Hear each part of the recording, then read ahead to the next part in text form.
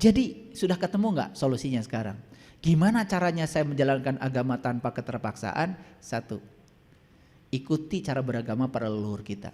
Makanya Nabi Muhammad mengatakan awaludin ma'rifatullahi ta'ala wa rasul. Awalnya agama kenali dulu Allahmu.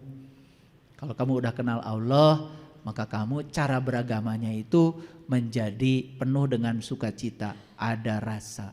Sholat ada rasa, saum ada rasa, Idul Fitri ada rasa, iman ada rasa, Islam itu ada rasa. Saya tidak bisa cerita rasanya bagaimana. Saya cuma ingin menyampaikan pada kalian semua, itu semua ada rasanya. Dan rasakan itu, kalau sudah merasakan itu seperti kita merasakan makanan yang enak, maka kita merindukannya. Merindukannya.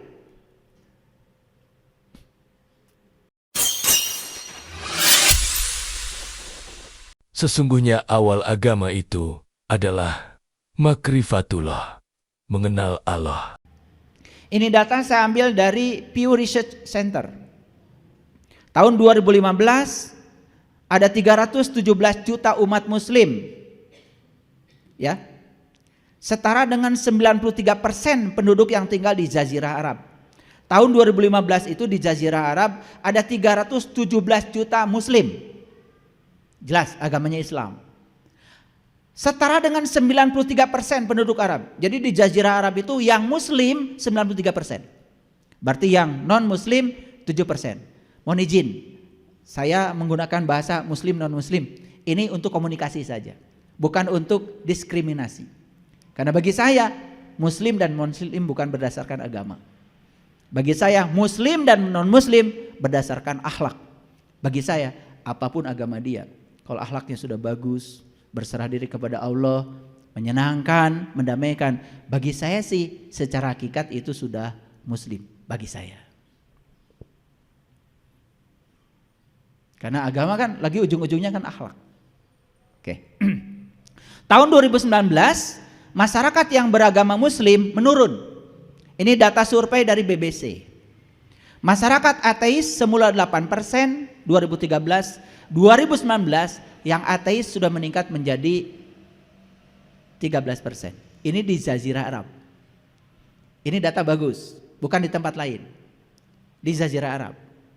Jadi naik 5% dalam kurun waktu 2013 sampai 2019. Ini hasil dari jurnal saya mengambil. Jadi dapat dipercaya. Oke, naik ateis. Nanti yang mengejutkan dari riset ini, apa penyebab mereka mengambil pilihan itu. Saya pernah bertemu dengan anak-anak muda di Bandung yang memilih untuk tidak terlalu membicarakan agama. Ternyata mereka tuh bukan tidak beragama, cuman tidak puas saja terhadap lembaga agama. Dan ujungnya mereka itu akhlaknya bagus. Bahkan ada yang bekerja, hasil kerjanya itu dia sumbangkan untuk menolong orang-orang yang tidak mampu. Jadi sebetulnya secara kasar saya ingin bilang, manusia itu tidak pernah bisa ateis. Tidak akan pernah bisa. Karena saya sudah bertemu dengan orang-orang yang menyatakan dirinya ateis, ketemu saya, tidak akan bisa. Terus saya ajarkan kesadaran sampai mengakui, oh Tuhan bersama saya. Terserah kamu menyebut apa, mau menyembah dengan cara apa, yang jelas kamu tidak akan bisa berpisah dari dia. Itu ada caranya. Jadi sebetulnya pengakuan itu hanya ketidakpuasan menurut saya. Ini yang harus kita pelajari. Oke. Riset dari Iranians Attitude Towards Religion tahun 2020, 47% dari 40.000 responden itu di daerah Jazirah Arab. 47% dari 40.000 responden, berarti berapa? 47% kali 40. Ya sekitar 40.000 berarti kan sekitar 16.000 ya. Ya 17.000 lah. Dia mengaku sudah ateis. Ini data ya. Kemudian di Turki ini 99% masyarakat Turki itu beragama muslim. Mengalami peningkatan jumlah ateis dalam 10 tahun terakhir.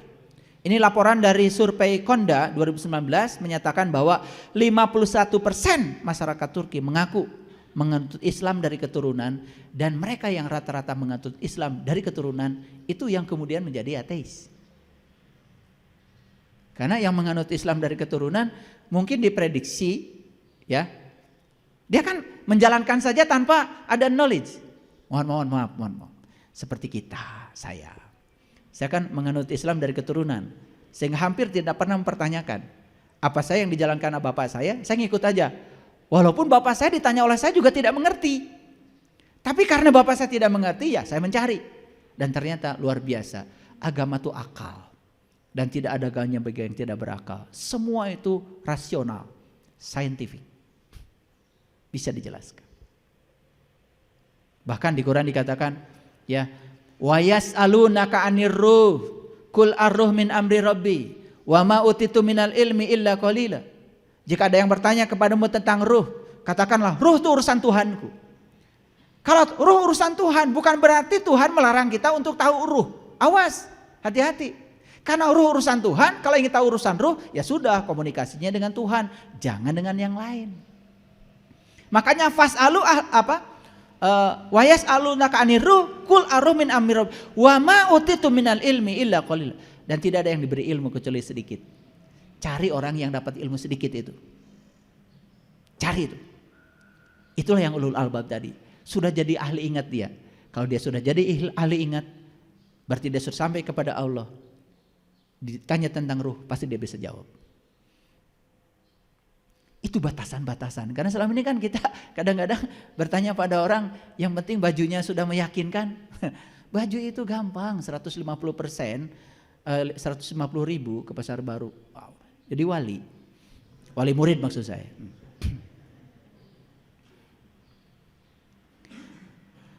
Jurnal yang berjudul Man Without God, itu jurnalnya itu The Rise of Atheism Saudi Arabia, yang ditulis oleh Hannah Wallace.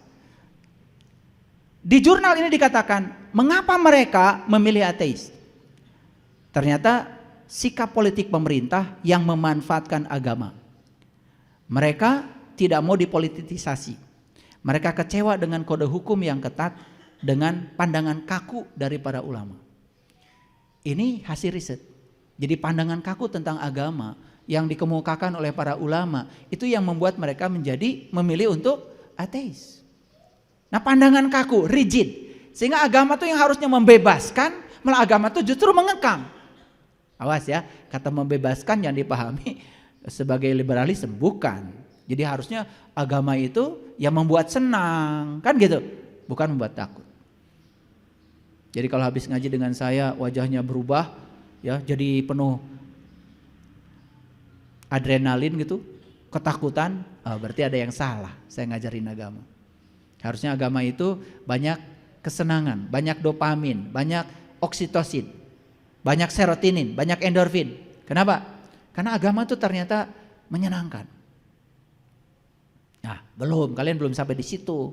Masih harus dibongkar itu, karena di alam bawah sadarnya terlalu banyak paradigma yang membuat agama jadi ruwet. Hidupnya jadi ruwet. Padahal fikih aja banyak ruhsohnya kan? Betul nggak? Kalau kamu tidak bisa sholat duhur karena sedang perjalanan 4 rakaat, sudah 2 aja. Kalau kamu tidak bisa, ya sudah asarnya tarik ke duhur 2-2. Itu agama tuh begitu luar biasa. Ruhsohnya banyak. Jadi kadang-kadang menjadi berat karena kita tidak punya knowledge. Jadi aja terbebani gitu. Ya. Nah, beban-beban itu akan menimbulkan rasa bersalah. Rasa bersalah itu yang akan membuat kita merasa tertekan ketika menjalankan agama. Oleh karena itu, gimana caranya supaya agama itu menarik? Mulai dari kita.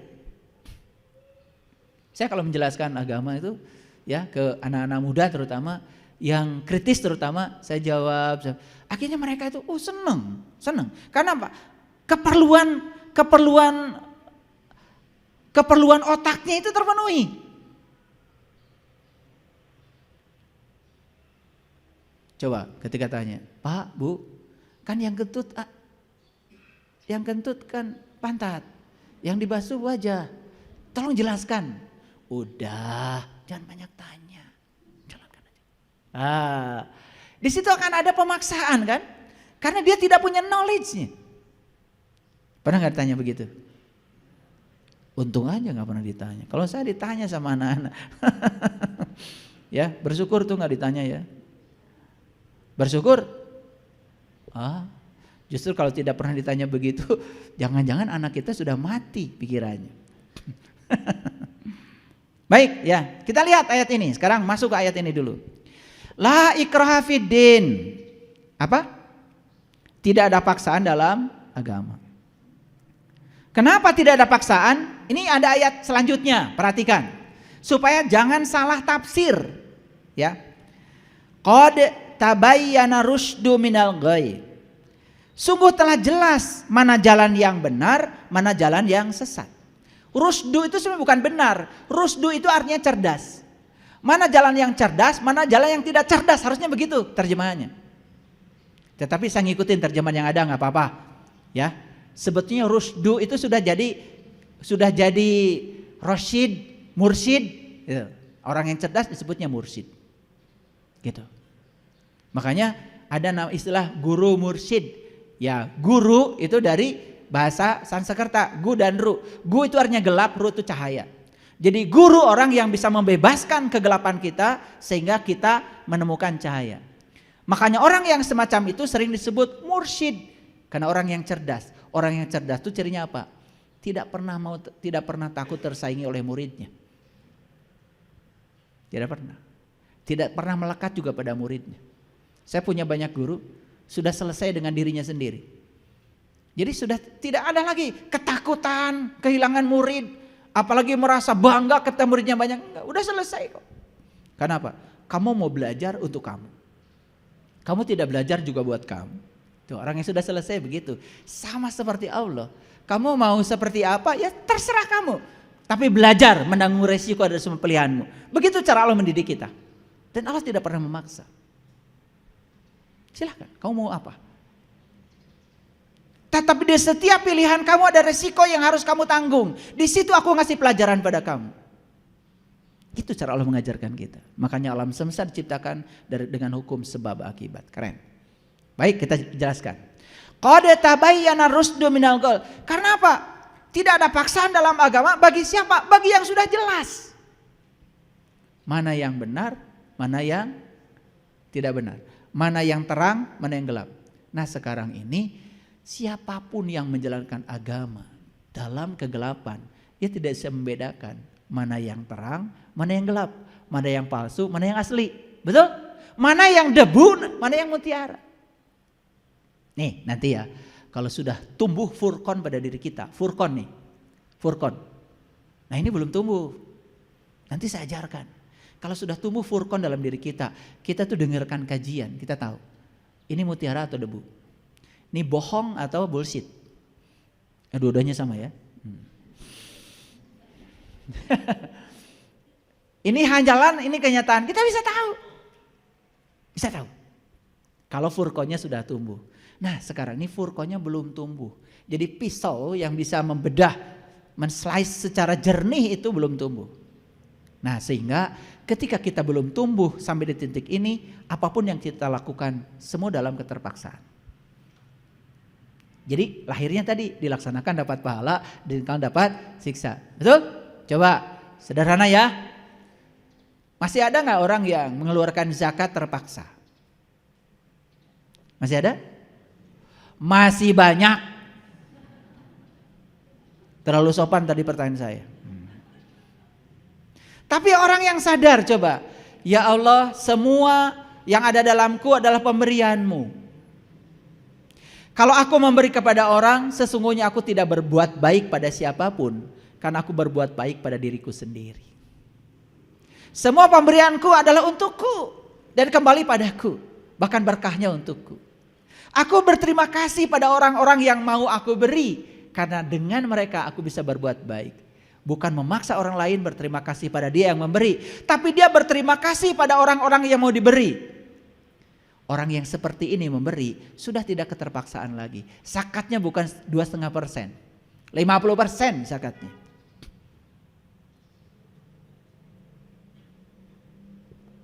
Lucu ya.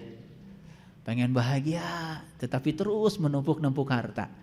Setelah ditumpuk-tumpuk itu harta tak ditinggalkan. Padahal bahagia itu kan membahagiakan orang. Bahagia itu bukan mengumpulkan, bahagia itu membagikan. Terus kapan kamu membagikan itu? Lucu. Makanya saya suka aneh lihat orang itu ingin bahagia tetapi tidak dilakukan. Padahal bahagia itu melihat orang lain bahagia. Ketika orang yang dibahagiakan oleh pemberian kita, kita bahagia. Di situ bahagia itu. Bahagia itu melepaskan, bukan mengumpulkan. Tidak tahu knowledge-nya, tidak tahu ilmunya. Akibatnya apa? Gitu ada yang nagih ke rumah aja zakat, aduh, diumpat-umpat hartanya. Harta saya cuma segini, Pak Ustadz. Diumpat-umpat. Padahal kita sedang membohongi diri kita sendiri. Katanya pengen bahagia. Gitu apa tidak? Iya, ngaku. Ya. Nah, lihat ayat selanjutnya. Famay yakfur bitagut wa yu'min billah faqad istamsaka bil urwatil wusqa lan fisamalah. Karena itu barang siapa yang tertutup kepada tagut dan beriman kepada Allah, maka sesungguhnya ia telah berpegang kepada tali Allah yang kuat. Siapa yang akan bisa menjalankan agama tanpa paksaan? Hanya satu. Sudah tertutup pada tagut dan sudah beriman sungguh-sungguh kepada Allah. Kalau dia sudah ketemu talinya yang kuat, maka apapun yang dilakukan bukan lagi keterpaksaan. Jadi kenapa kita merasa terpaksa menjalankan agama selama ini? Karena kita masih tertutup kepada Allah. Justru terbuka pada tagut. Harusnya tertutup pada tagut, terbuka pada Allah. Tahu tagut? Sudah dijelaskan minggu yang lalu. Tagut itu adalah pikiran gelap kita. Sering disebut setan, sering disebut iblis. Itu tagut. Tagut itulah pikiran gelap kita. Ketika pikiran kita belum tercahayakan oleh cahaya ilahi, karena kita masih tertutup dari cahaya Allah, masih tertutup, tercover, maka itulah tagut. Maka kita dikendalikan oleh pikiran kita sendiri. Jadi sudah ketemu nggak solusinya sekarang? Gimana caranya saya menjalankan agama tanpa keterpaksaan? Satu, ikuti cara beragama para leluhur kita. Makanya Nabi Muhammad mengatakan awaludin ma'rifatullahi ta'ala wa rasul. Awalnya agama kenali dulu Allahmu. Kalau kamu udah kenal Allah, maka kamu cara beragamanya itu menjadi penuh dengan sukacita, ada rasa. Salat ada rasa, saum ada rasa, Idul Fitri ada rasa, iman ada rasa, Islam itu ada rasa. Saya tidak bisa cerita rasanya bagaimana. Saya cuma ingin menyampaikan pada kalian semua, itu semua ada rasanya. Dan rasakan itu, kalau sudah merasakan itu seperti kita merasakan makanan yang enak, maka kita merindukannya. Merindukannya.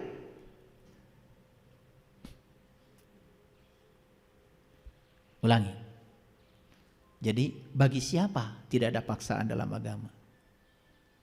Bagi orang yang sudah terbuka mata kolbunya kepada Allah.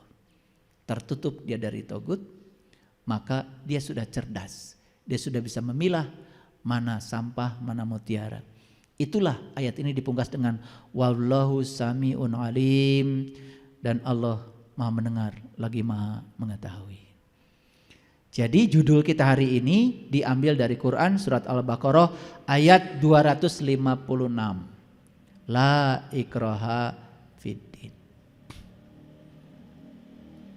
Nanti ketika kita menjalankan ini, apapun ritual yang kita lakukan sudah lagi bukan karena kewajiban, tapi karena kecintaan. Wah, di level itu sudah kita tuh bisa bercinta setiap saat dengan kekasih kita. Itu yang akan membangun kesadaran baru. Tapi kalau kita menjalankan ritual terus, hanya rutinitas tanpa kepuasan, ya sudah, kita lelah saja. Ya, giliran marah-marah, giliran tersinggung-tersinggung, seperti kebanyakan orang. Ya. Oke. Baik. Ini fakta ini sudah saya sampaikan tadi. Sekarang saya mau bicara dulu, kita kembali ke judul. Apa judulnya tadi? Tidak ada paksaan dalam agama. Yuk kita bedah dulu. Apa arti kata paksa? Menurut Kamus Besar Bahasa Indonesia, arti kata paksa mengerjakan sesuatu yang diharuskan walaupun tidak mau. Sebetulnya kan gak mau, cuman karena diharuskan lalu terpaksa mengerjakannya. Gitu? Kalau kita terus melakukan sesuatu yang kita tidak mau, cuman terpaksa, kira-kira ada hasilnya gak? Kira-kira akan sampai gak pada motivasi cinta? Enggak.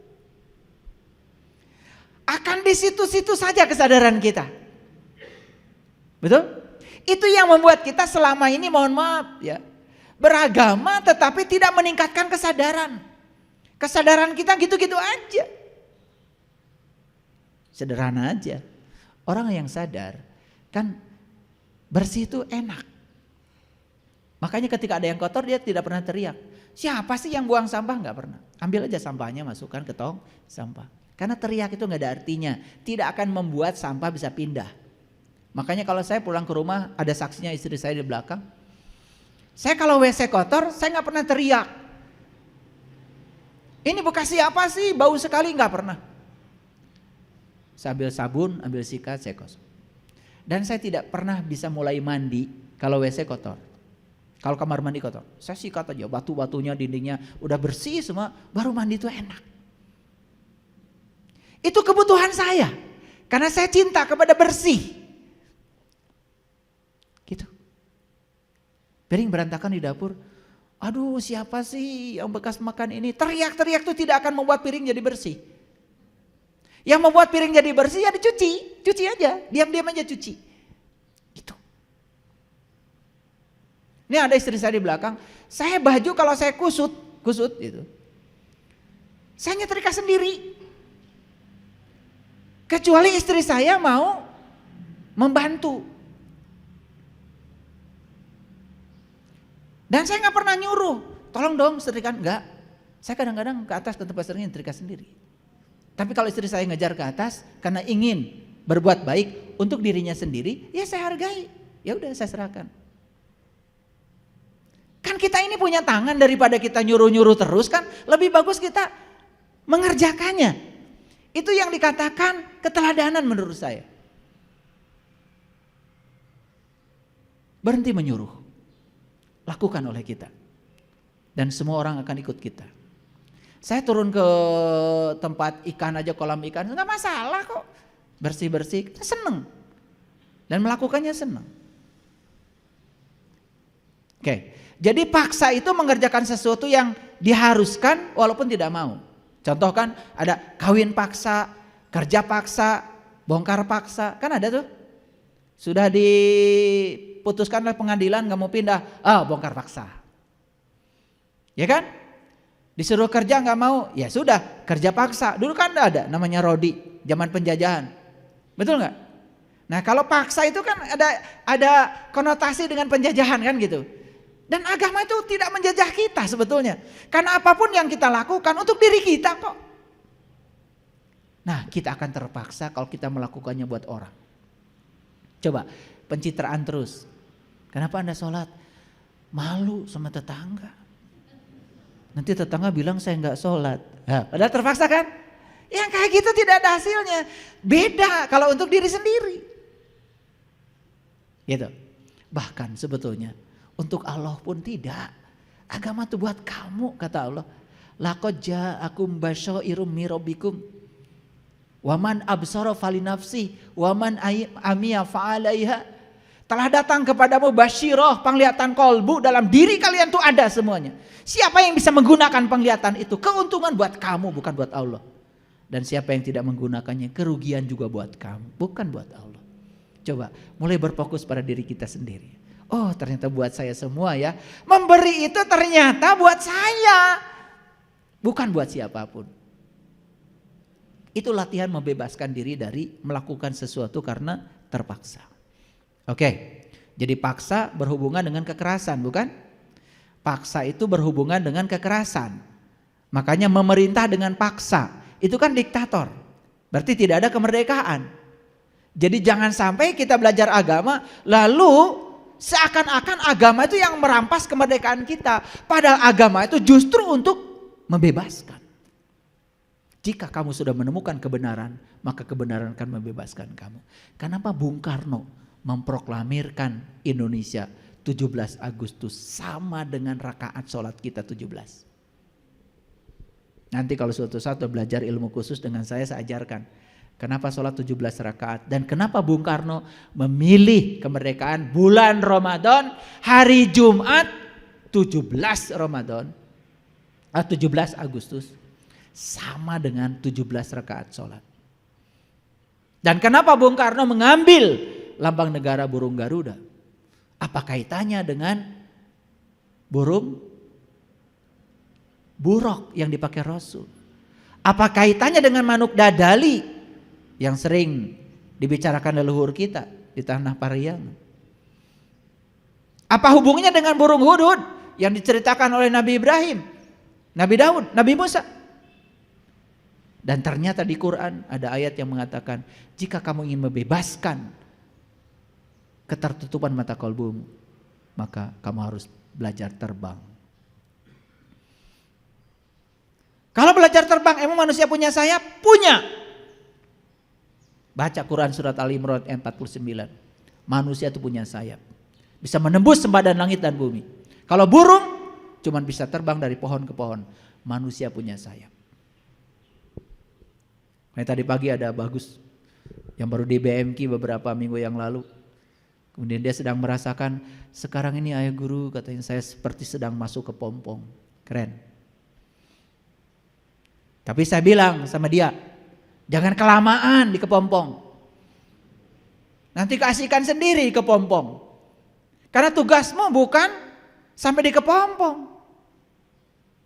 Makanya saya bilang, dulu sebelum kamu tahu jati dirimu, hidupmu seperti apa? Seperti ulat, menjijikan, merangkak. Begitu ingin mengubah diri, oh ternyata saya selama ini begini-begini aja ya. Udah saya melakukan transformasi diri. Masuk ke dalam kepompong, kemudian keluar. Jadilah kupu-kupu yang indah. Asalnya merangkak jadi terbang. Asalnya dijauhi orang, sekarang anak kecil pun menjadi senang. Ih, kupu-kupu. Makanya hampir tidak ada lagu ulat-ulat yang lucu. Karena lagu yang sudah dikarang cuman kupu-kupu yang lucu. Ada nggak ulat-ulat yang lucu? Gak ada lucunya ulat. Tahu nggak? Iya, bulunya seperti itu. Sedikit saja kena kulit kita merang. Betul? Gatal-gatal. Cara jalannya aja mengerikan. Tapi dia bertransformasi diri. Puasa. Masuk ke dalam kepompong. Bahkan ada cerita bagus dari seorang peneliti. Ketika dia sudah jadi kupu-kupu dalam kepompong. Digunting saja kepompongnya.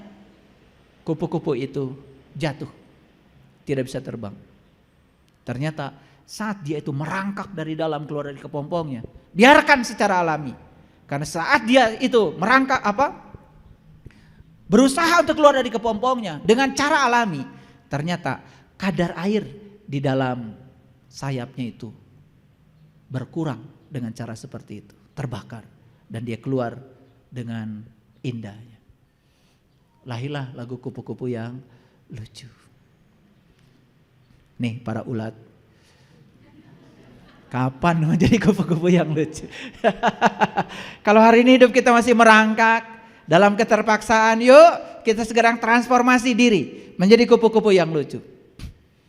Orang lain kalau kita sudah lucu kan, orang lain kan ketemu kita nggak serem lagi, betul nggak? Ibu ini sekarang percaya, wajahnya keren. Dulu pinjam uang telat sejam aja marahnya kayak apa, sekarang ikhlas, luar biasa. Udah jadi kupu-kupu. Karena saya bilang sama peserta BMK yang kemarin, ya betul. Kamu sekarang sedang ada di Kepompong. Tapi jangan terlalu lama. Tugas kita adalah memayu hayuning bawono. Ikut berkontribusi membangun dunia yang sudah cantik ini supaya tambah cantik. Itulah sebaik-baiknya manusia yang berguna bagi manusia yang lain. Jadi soleh itu titik akhirnya adalah berguna bagi manusia lain. Bukan sholat. Sholat instrumennya. Nah selama ini kan kita mengartikan soleh itu sholat. Betul nggak? Iya. Padahal sholat itu instrumen. Ketika kita memperbaiki dunia ini, kita tidak melakukan perbuatan keji, melakukan perbuatan munkar, tidak korupsi, tidak mengambil hak orang, itu baru benar. Nah itu soleh. Baru sholat belum kelihatan. Karena setiap orang sedang sholat kan baik. Coba ibu kalau lagi sholat, baik. Seperti sabar. Betul nggak? Seperti orang baik. Seperti suci. Seperti. Betul nggak? Kelihatan kamu tuh setelah buka mukena. Betul apa tidak? Iya. Kelihatan orang tuh di jalan, itu kelihatan di rumah. Ketika dapat sesuatu yang berbeda dengan keinginannya, di situ kelihatan aslinya kamu itu. Betul apa tidak? Nah itu. Nah, pada ngaku ya, bagus. Nah, kata turunan dari paksa, ini saya coba lihat. Ada keterpaksaan, perihal terpaksa. Ada memaksa, memperlakukan, menyuruh, meminta dengan paksa. Hati-hati, la ikraha fiddin, tidak ada paksaan dalam agama, nggak boleh dipaksa. Anak kita tuh dikasih pengertian, kelembutan, supaya mereka mau melakukan itu. Jangan dipandang mereka seperti robot yang harus melakukan sesuatu sesuai dengan yang orang tua mau. Tidak ada artinya ibu bapak, tidak ada artinya. Paksa anak kita sholat, paling juga hanya sholat di depan kita, di belakang kita belum tentu. Puas? Puas? Hati-hati, kita sedang mengajarkan anak kita jadi munafik. Yuk perbaiki sholat kita sampai ketemu rasanya. Ajak nanti anak kita sholat di dimensi itu. Saya kira anak kita melakukan itu tidak terpaksa lagi. Ada yang namanya memaksakan. Ini namanya berbuat melebihi batas kenyataan yang sebenarnya. Kan kita sering bicara, kalau sudah capek mah tuh jangan memaksakan diri. Ada namanya paksaan. Paksaan itu hasil memaksa. Gak mungkin Allah melakukan paksaan. Makanya tidak ada paksaan dalam agama. Karena paksaan itu hasil memaksa. Allah tuh tidak pernah memaksa kita. Kenapa selama ini merasa terpaksa? Karena kita selama ini tidak diajarkan tujuannya, tidak diajarkan rahasianya, tidak dibukakan apa di balik itu semua. Lalu kita melakukan sesuatu hanya sebatas rutinitas. Jadilah kita merasa terpaksa.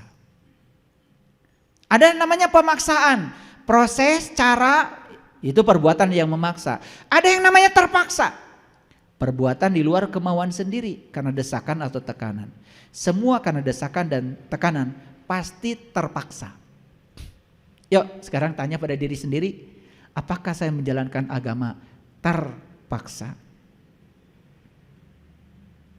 Silakan dijawab.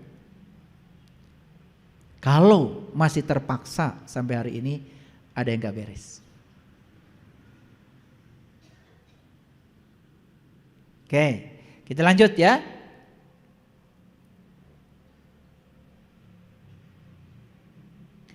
Ada yang memaksa dan ada yang dipaksa. Kalau paksaan itu kan ada dua pihak. Ayo, ada yang memaksa, ada yang dipaksa. Pertanyaan saya, siapa yang memaksa kita untuk beragama? Allah? Allah? Bukankah Allah mengatakan la ikraha fiddin, tidak ada paksaan dalam agama? Karena kalau ada paksaan ada dua pihak, ada yang memaksa, ada yang dipaksa. Betul nggak? Kalau Allah yang memaksa, Allah melawan firman-Nya sendiri. Karena beliau sendiri mengatakan tidak ada paksaan dalam agama. Kalau gitu siapa yang dipaksa? Kita? Sekarang pahami, yang memaksa dengan yang dipaksa itu tidak ada. Kalau kita memulai dari ayat yang tadi, Al-Baqarah 256. bukalah mata kalbu kita. Sadari kehadirannya dalam diri kita. Kenali dia. Kalau sudah kenal, ujungnya kita akan cinta. Kalau sudah cinta, ujungnya kita akan melakukan apapun untuk yang dicintainya tanpa merasa terpaksa. Clear? Clear? Jelas? Gitu. Stop bicara kewajiban. Karena kewajiban itu di dalamnya ada dua unsur motivasi yang rendah. Mulai sekarang menumbuhkan need. Syukur-syukur kalau sampai pada love. Anda dari Surabaya? Pernah dengar orang Surabaya mengatakan Witing tresno jalaran soko kulino. Tresno, cinta itu muncul karena apa? Karena sering kulino. Tahu? Karena sering ketemu. Karena sering ketemu kan jadi kenal. Karena kenal cinta. Kalau cinta melakukan apapun untuk yang dicintai, no paksaan. Inilah pengertian la ikraha fiddin yang selama ini tidak pernah dibedah. Padahal dalilnya sudah dikatakan leluhur kita di tanah Jawa. Witing tresno jalaran soko kulino. Dalam riset teori motivasi, motivasi yang paling tinggi adalah love motivation. Motivasi cinta. Sekarang gimana caranya apapun yang kita lakukan atas nama cinta? Jelas, cinta jauh dari kata paksaan. Tuh, coba kawin paksa, bisa? Bisakah kita mencintai orang yang tidak kita kenal? Kan ada tuh orang tuanya ingin anaknya dijodohkan oleh orang tuanya, betul? Walaupun anaknya tidak kenal, pokoknya kamu harus kawin sama si A. Begitu ada paksaan, di situ sudah ada pengkhianatan pada anaknya sendiri. Apa yang terjadi? Anak akan melakukan sesuatu bukan karena keinginannya. Menyiksa itu? Ayo, berhenti menyiksa diri.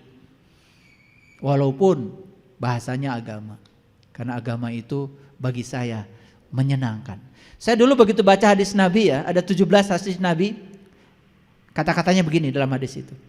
Ma'rifat adalah modalku, akal pikiran sumber agamaku, zikir adalah kawan dekatku, jihad adalah perangaiku, sabar adalah taman dekatku. Terus gitu, sampai puncaknya yang 17 itu adalah sholat adalah hiburanku. Wah, saya cari itu.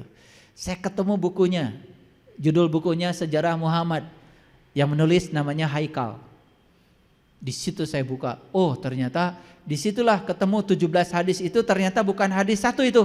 Itu hadis yang kemudian dikompilasi. Saya urut itu dari ma'rifat adalah modalku, akal pikiran sumber agamaku satu-satu. Ternyata akal pikiran kita ini menjadi bersinar dan cerdas kalau sudah diterangi oleh cahaya ma'rifat. Ternyata hadis itu berstruktur sampai puncaknya adalah sholat adalah hiburanku. Makanya saya berani ngasih pelatihan sholat khusyuk. Kenapa? Saya sudah merasakan kalau sholat itu luar biasa, penuh sukacita. Bagaimana tidak penuh sukacita bersama dia? Ternyata sholat itu bukan menyembah Tuhan, tapi sholat itu menyatu, merasakan kehadirannya, memanunggal bersama dia. Kalau menyembah, yang disembah dengan yang menyembahkan berarti ada jarak. Betul? Betul? Harusnya tidak ada jarak.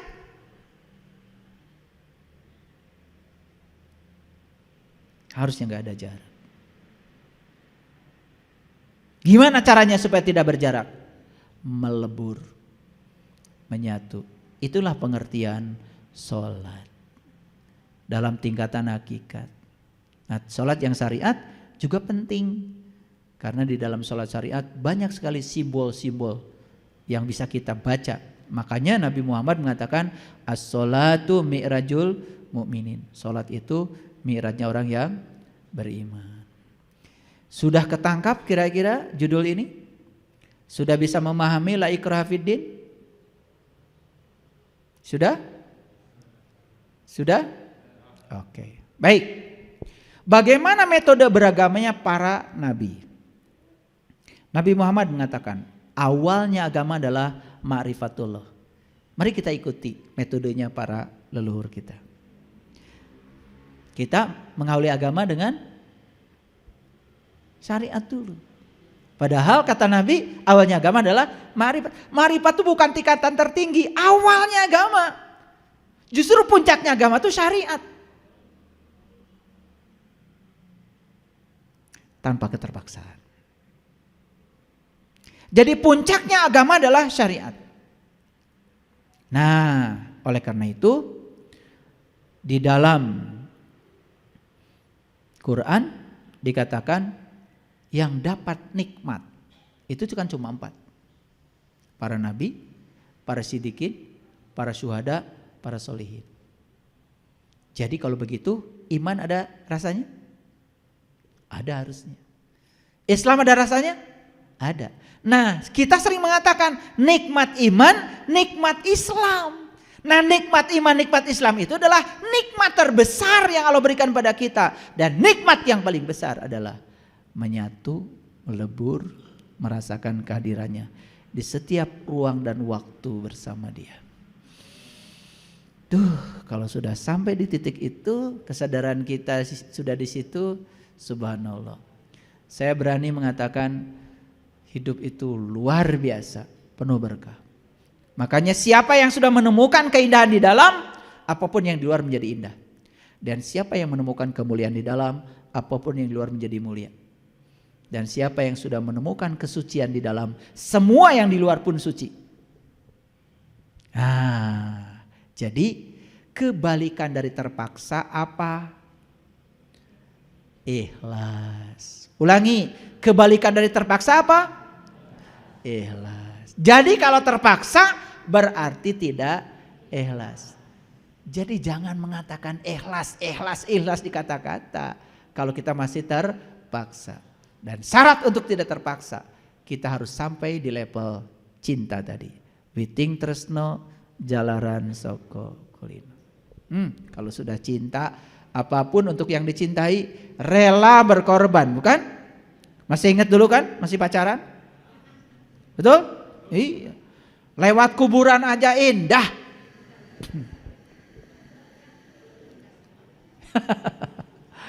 Itulah karena cinta itu membuat semuanya jadi indah.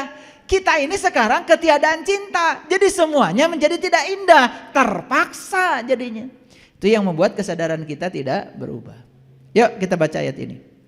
Wa ma umiru illa liya'budullah mukhlisina lahuddin. Hunafa'u wa yuqimus shalah wa yutuz zakah zalika dinul qayyim. Padahal mereka tidak disuruh kecuali menyembah Allah dengan ikhlas dalam beragama. Nah, mukhlisina lahuddin. Ini jelas ya. Jelas sekali. Ayo baca. Padahal mereka tidak disuruh kecuali supaya menyembah Allah dengan ikhlas dalam beragama. Wa ma umiru illa liya'budullah mukhlisina lahuddin. Nah, kita sering nanya ke sana kemarin, gimana caranya Pak supaya saya bisa menyembah Allah dengan ikhlas? Jawabannya sudah ada sekarang? Temui Dia. Sampai kita bisa mencintai Dia. Menyembahnya pasti dengan ikhlas. Nah, dalam ikhlas itulah sebetulnya ada cinta. Masuk akal? Baru hunafa, penuh kelembutan, kerendahan hati. Wa yuqimus shalah, bisa mendirikan salat. Wa yutuz zakah, bisa berzakat. Zakat juga tidak ada keterpaksaan. Untuk yang dicintainya, untuk kekasihnya.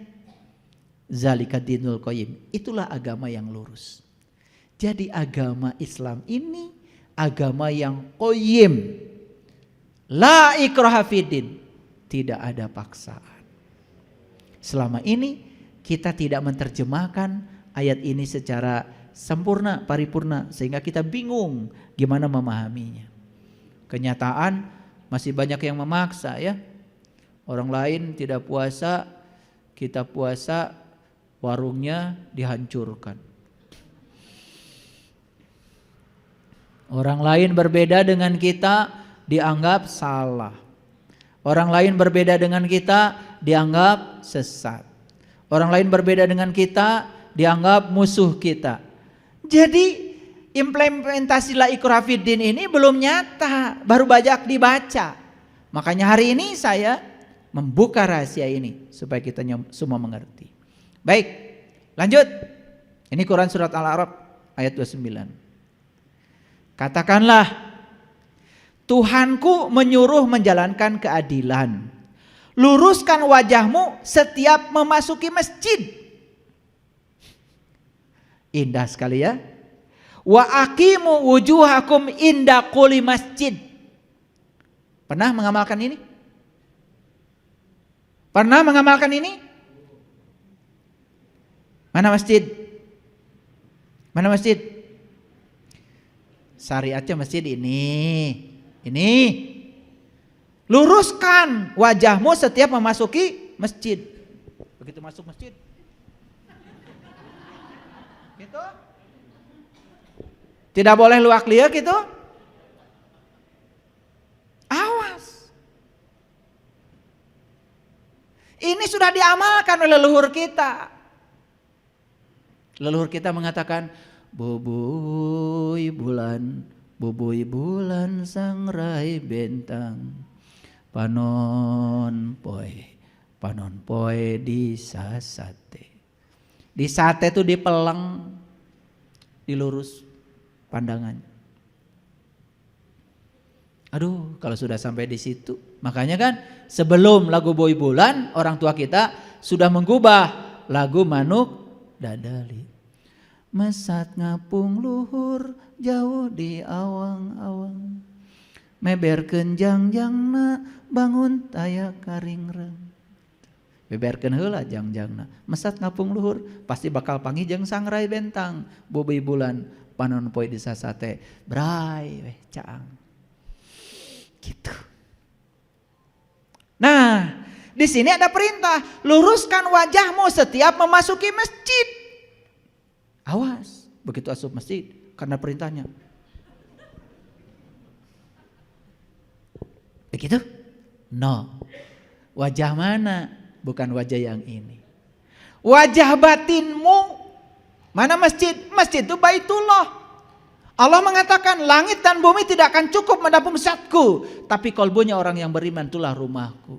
Jadi begitu kita masuk Baitullah yang sebenarnya, maka kita akan berhadapan dengan wajahnya. Saat itu kita tidak bisa berpaling dari wajahnya. Luruskan wajahmu ketika memasuki masjid. Keren jadinya. Sudah bisa begitu? Nah, belum bisa. Maka setelah meluruskan wajah batinnya, itu yang dialami Nabi Ibrahim. Nabi Ibrahim kan ketika sholat, beliau juga mengatakan, Inni wajahtu wajhiya lilladzi fataras samawati wal ard hanifan wa ma ana minal musyrikin.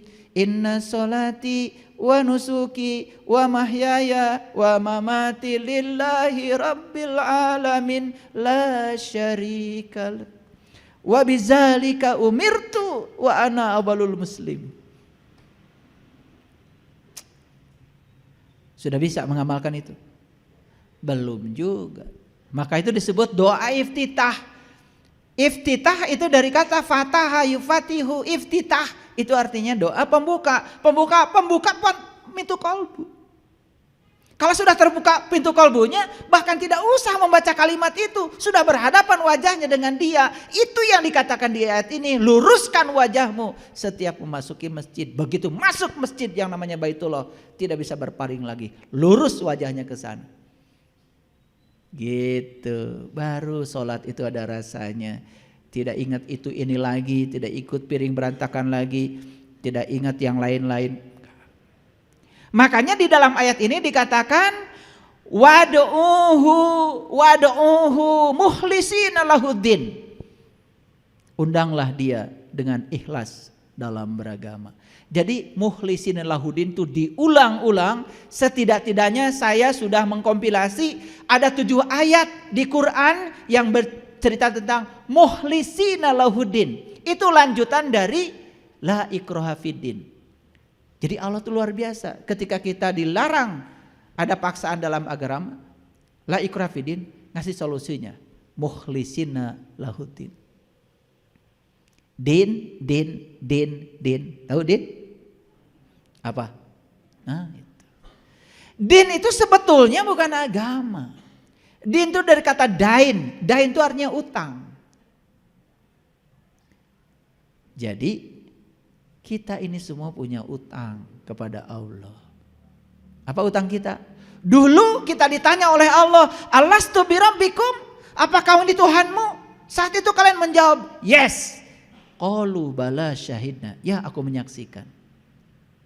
Harusnya kalau sudah menyaksikan, kalian bisa mengingatnya. Begitu lahir ke alam dunia, apa yang pernah disaksikan kalian lupakan. Itulah utangmu pada Allah. Kalau nanti sore mati, kamu mati punya utang. Utang yang dimaksud oleh Rasulullah bukan ke BRI, bukan ke Mandiri, bukan ke BCA. Kalau kamu punya utang ntar mati sore, gak apa-apa, BCA pasti ambil rumahmu.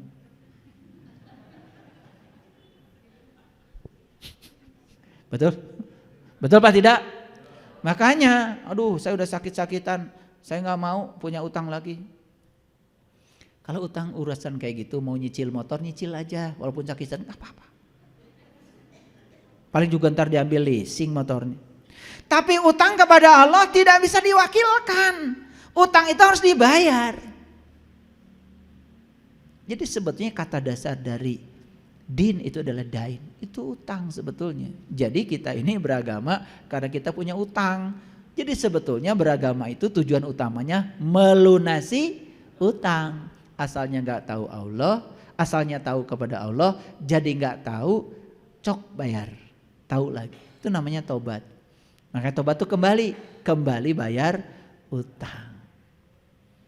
Gitu. Paham sekarang? Udah berapa tahun beragama? Tileletik. Yuk kita baca ayat ini lagi. Fad'ullaha muhlisina lahuddin walau kalihar. Undanglah Allah dengan ikhlas dalam beragama. Meskipun orang-orang yang tertutup tidak menyukainya. Sudah tahu cara mengundang Allah? Sudah tahu cara mengundang Allah? Belum tahu. Sudah tahu cara mengundang saya? Belum juga. Kalau mau mengundang saya, tanya sama istri saya, apa kesukaan saya? Gampang kan? Itu aja kan? Mengundang saya, tanya istri saya apa kesukaan saya. Saya pasti datang. Kalau mau mengundang Allah, ya tentu saja tanya kesukaan Allah. Pasti datang. Udah tahu kesukaan Allah? Allah itu maha ulas, maha asih. Allah sukanya kamu ulas asih. Allah tuh maha lembut. Allah sukanya kamu lembut. Allah maha luas. Allah sukanya kamu luas segalanya. Luas hatinya, luas pikirannya, luas sudut pandangnya. Allah tuh maha sabar. Allah sukanya kamu juga sabar. Itu. Udah hafal Asmaul Husna? Dari dulu gak hafal-hafal, cuma 99. Kalau sehari satu aja cuma perlu 99 hari. Gak ada keinginan. Cara mengundang Allah di Quran jelas. Undanglah Allah dengan Asmaul Husna. Sudah tahu caranya? Diapakan? Dibaca. Ya Allah. Itu Asmaul Husna dirubah menjadi kenyataan hidup dalam dirimu, menjadi akhlakmu. Setelah tahaluk bi akhlakillah, tanpa diundang, Allah pasti hadir setiap saat. Ar-Rahman, Ar-Rahim, Al-Malik, Al-Qudus, As-Salam, Al-Mu'min, Al-Muhaimin, Al-Aziz, Al-Jabbar, terus sampai As-Sabur. Duh, Tahu assalam? Assalam? Damai. Allah yang maha damai akan datang kalau kamu damai. Pakai segala dipikirin.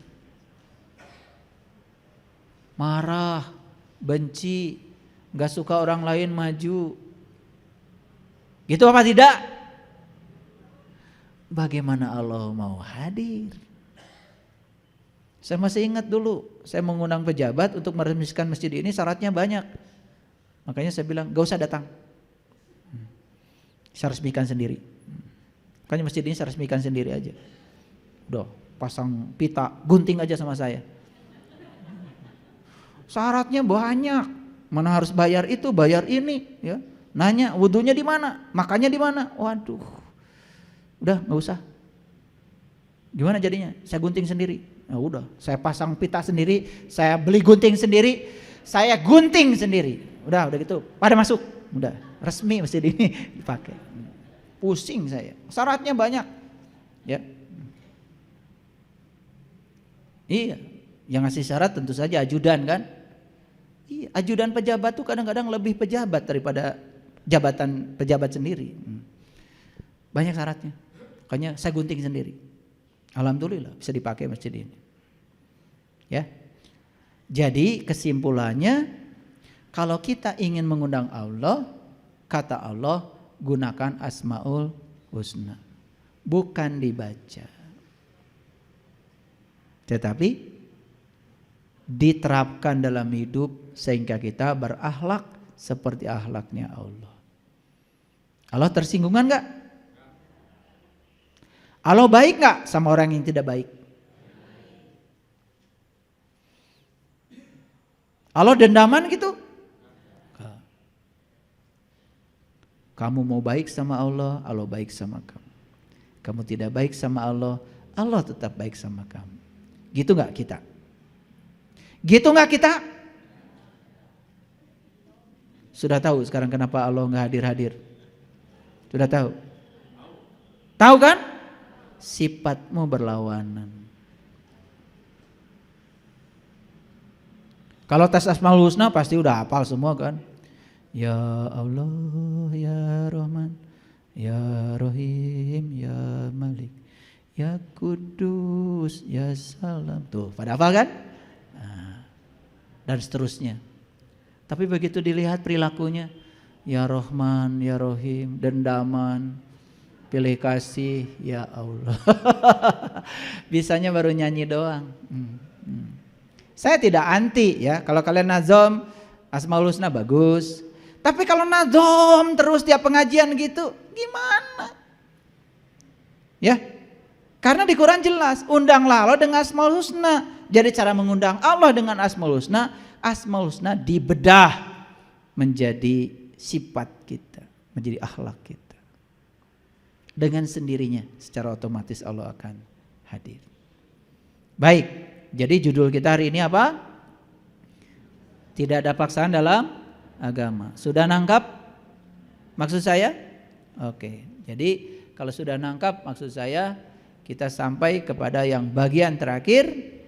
Wa ma arsalna min qablika illa rijalan, ya, nuhin ilaihim fas'alu ahla zikri in kuntum la ta'lamun. Itu yang disampaikan oleh sahabat kita belakangan tadi. Dan kami tidak mengutus sebelum kamu kecuali seorang lelaki yang kami beri wahyu kepada mereka. Maka tanyalah kepada ahli ingat jika kamu tidak tahu. Jadi sekarang kalau tidak tahu, tanyalah ahli ingat. Ahli ingat adalah orang yang sudah bisa ingat kepada Allahnya, yang sudah kenal pada jati dirinya. Tanya sama dia, tidak akan ngelantur jawabannya. Kalau tanya sama yang bukan ini, ya sudah. Kita akan banyak pengetahuan, tapi pengetahuan tidak bisa menolong diri kita sendiri. Clear sekarang? Yuk, kalau sudah jelas, berarti saya tutup dulu. Karena kalau saya teruskan kajiannya terlalu jelas, malah nanti jadi tidak jelas. Terima kasih.